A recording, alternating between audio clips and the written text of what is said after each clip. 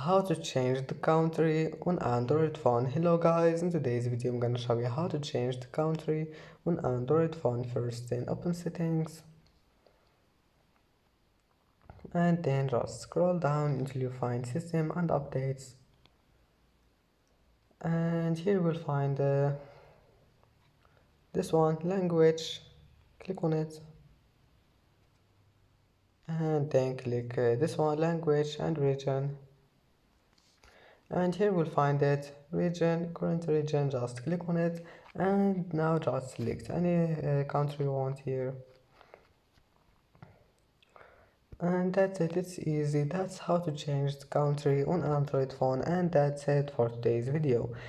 If you like this video, don't forget like and subscribe, and thank you for watching this video until the end, and see you in the next video.